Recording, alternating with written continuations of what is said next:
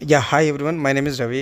Today we'll discuss about government hospitals and government hospital అమీర్పేటలో ఉన్న ఒక హాస్పిటల్ గురించి నేను మాట్లాడదలుచుకున్నాను. సో చాలాసార్లు నేను అక్కడ వెళ్ళాను. సో అక్కడ చాలాసార్లకి నేను ట్రీట్మెంట్ తీసుకున్నాను. So best hospital.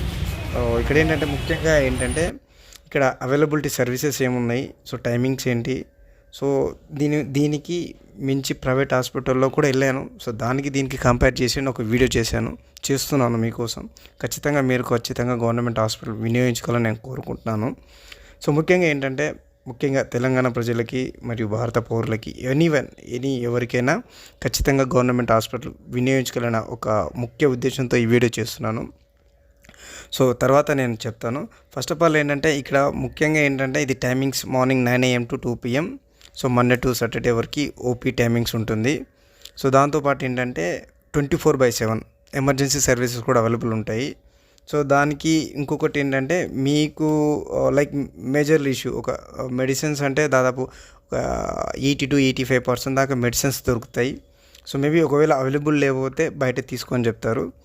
So majorly ఇక్కడ ఏంటంటే కొన్ని సర్వీసెస్ ముఖ్యంగా సర్వీసెస్ ఏమున్నాయంటే సో గైనకాలజీ కానీ, మెటర్నిటీస్ కానీ, పారాడిక్ సిస్టమ్ కానీ, అనస్థేషియా కానీ, జనరల్ మెడిసిన్స్ కానీ, జనరల్ సర్జరీ కానీ, ఆర్థోపెటిక్ సెక్షన్ కానీ, డెటర్మినాలజీ సెక్షన్స్ కానీ, దాదాపు 8 సెక్షన్స్ అనేది ఇక్కడ ట్రీట్మెంట్ చేస్తున్నారు. సో ముఖ్యంగా ఏంటంటే దాదాపు ఎక్స్రే కూడా ఇక్కడ తీయడం జరుగుతుంది. సో డిజిటల్ ఎక్స్రే కానీ, ఈసీజీ కానీ, అల్ట్రాసౌండ్ స్కానింగ్స్ కానీ, ల్యాబొరేటరీ సిస్టమ్స్ కానీ, ఐసీసీ వార్డ్స్ కానీ, కోవిడ్ వార్డ్స్ కానీ ఉన్నాయి ఇక్కడ. సో మేజర్లీ ఇక్కడ ఇవన్నీ అవైలబిలిటీ సర్వీసెస్ ఇక్కడ అమీర్పేటలో. సో మీరు ఖచ్చితంగా మీకు యూజ్ అవుతుంది. సో ఇక్కడ మీరు ఎలాంటి చిల్లి గవ్వ కూడా మీరు జేబులో నుంచి తీయాల్సిన అవసరం లేదు ఇక్కడ. సో ఇక్కడ ఏంటంటే ముఖ్యంగా మెయిన్ ఉద్దేశం ఏంటంటే ఈ వీడియోకి మేజర్లీ ఇష్యూ ఏంటంటే ఇక్కడ ప్రతిదీ ఇప్పుడు సపోజ్ ఫర్ ఎగ్జాంపుల్ నేను ఒక ప్రైవేట్ హాస్పిటల్కి వెళ్ళాను అనుకో, మినిమం డాక్టర్ ఫీజే ఒక 200 to 500 లోపు ఉంటుంది.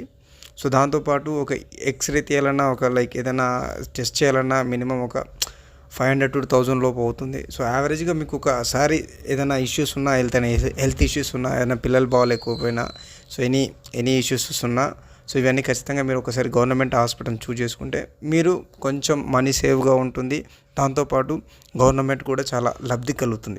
ఎందుకంటే సో ఎక్కువ మంది రీచ్ అయినప్పుడే గవర్నమెంట్ హెల్త్ సెక్టర్ మీద ఫోకస్ చేస్తుంది. మనం గవర్నమెంట్ సెక్టర్ని వాడుకోకపోతే ఖచ్చితంగా గవర్నమెంట్ అనేది బడ్జెట్ పెట్టకపోవడం కానీ, దానివల్ల మనకే చాలా ఇష్యూస్ జరుగుతుంది. సో మనం ఖచ్చితంగా గవర్నమెంట్ హాస్పిటల్ వినియోగించుకున్నప్పుడే ఖచ్చితంగా బడ్జెట్ ఏదైతుందో దాన్ని కూడా పెంచడానికి పాసిబిలిటీ ఉంటుంది.